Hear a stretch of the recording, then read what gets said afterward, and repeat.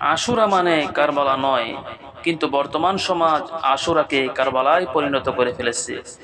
তাই মহররম তথা আশুরা এলেই আমাদের মধ্যে মূল ধারণা হয় যে কারবালার মর্মান্তিক ও হৃদয় বিদারক ঘটনার কারণেই আলামে ইসলামে মহররম বা আশুরার এত গুরুত্ব। মূলত এটা ঠিক নয়, কেননা কারবালার ঘটনার বহুকাল পূর্বে পৃথিবীর ইতিহাসে অনেক ঐতিহাসিক ঘটনা এদিনে ঘটেছে। অনেক জাতির উত্থান পতন এদিনে হয়েছে। আল্লাহ রাব্বুল আলামিন তার বিশেষ বান্দাদের প্রতি এ দিনে রহমত করেছেন।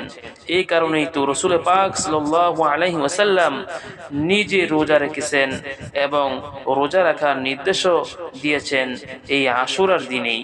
কারবালার সঙ্গে মহররম তথা আশুরার কোনো সম্পর্ক নেই, কেননা কারবালার ঘটনা সংঘটিত হয়েছে হিজরি 61 সনে।